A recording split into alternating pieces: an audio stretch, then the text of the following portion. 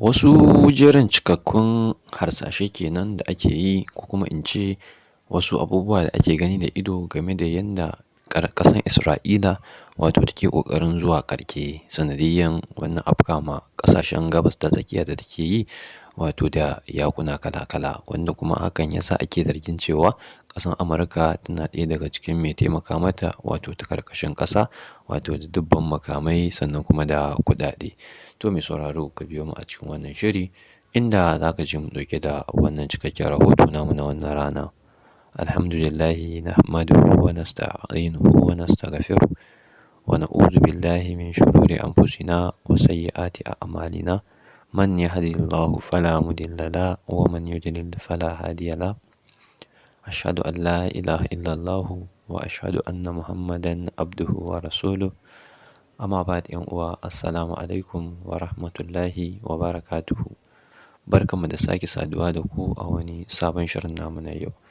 Kamar dai yanda dai abubuwa suka nuna daban-daban kala-kala, duba da yanayin yanda ita ƙasan Isra'ila take ƙoƙari tana faɗa ma wato ƙasashen Gabas na Tsakiya game da irin waɗannan yaƙe-yaƙe. Kwanakin baya kaɗan da zan iya cewa kaman ko kafin sati ɗaya da ita ƙasar Isra'ila wato ta afka ma ƙasan Qatar inda ta kashe mata mutanen da sun kai adadin kimanin mutane 30, wanda kuma hakan ya taɓa zuciyoyin mutane saboda waɗannan mutane da aka kashe akwai waɗanda ba su ji ba, ba su gani ba.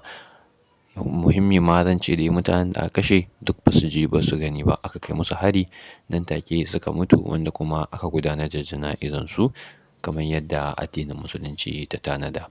To ita me yasa ƙasar Amerika take ƙoƙari tana goya ma ƙasar Isra'ila baya? Duk da dai mun san ita kanta ƙasar Amerikan ba tana son gaskiya ba ne, ita kanta kuma ƙasar Isra'ilan ita ma ba gaskiya take so ba, kansu duka a haɗe ne.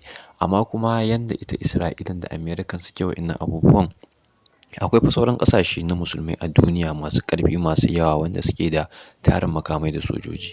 Don mene za a tsaya a zara ido a bar waɗannan mutane suna yin abin da suka ga dama a lokacin kuma da suke so, su kashe duk wanda suka ga dama, su kashe duk wanda suke so a lokacin da suke so? Ya kamata a ce ƙasashen musulmai sun zauna sun yi maganganun da ya dace yanda za a ringa ɗaukan matakin irin wannan abu da yake faruwa, ya zamanta a ce wannan kashe-kashen ya dakata.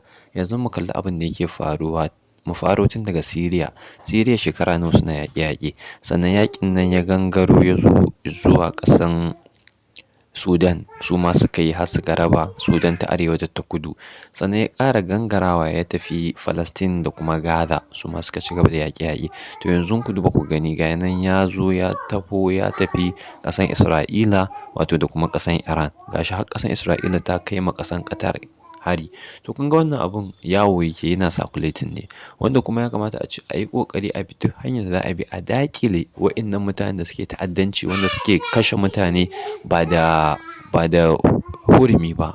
Wato abin da nake nufi ba da hurumi ba shine ba da dalili ba, haka nan babu hujja sai su ƙirƙira wani abu can wanda zai sa a ce za a yi yaƙi, wanda kuma aka kalli abun bai kai matsayin a ce a zo a yi yaƙi ba. To me suke mawa? Suna yi ne saboda Musulunci ita ce Musuluncin ba sa so. Yanzu fa yawancin tattalin arziki, natural resources da ake da su a ƙasa, Allah ya albarkaci Larabawa da irin waɗannan abubuwan, sannan kuma da ƙasashen Afirka. Su me suke da shi? Dukkan yawancin abubuwan da suke da shi daga wasu ƙasashe ne fa suke benefiting. Idan kuka lura ƙasar Amerika mun san dai ƙasa ce mai faɗin ƙasa a duniya sosai. To amma mene? Yawanci da ta'addanci suka fi samu, da sai da ƙwayoyi, irin harkar networking ɗin, amma ainihin madaran natural resources ba su da shi. Amma ƙasashen Larabawa nan da Afirka mu ne muke da waɗannan abubuwa.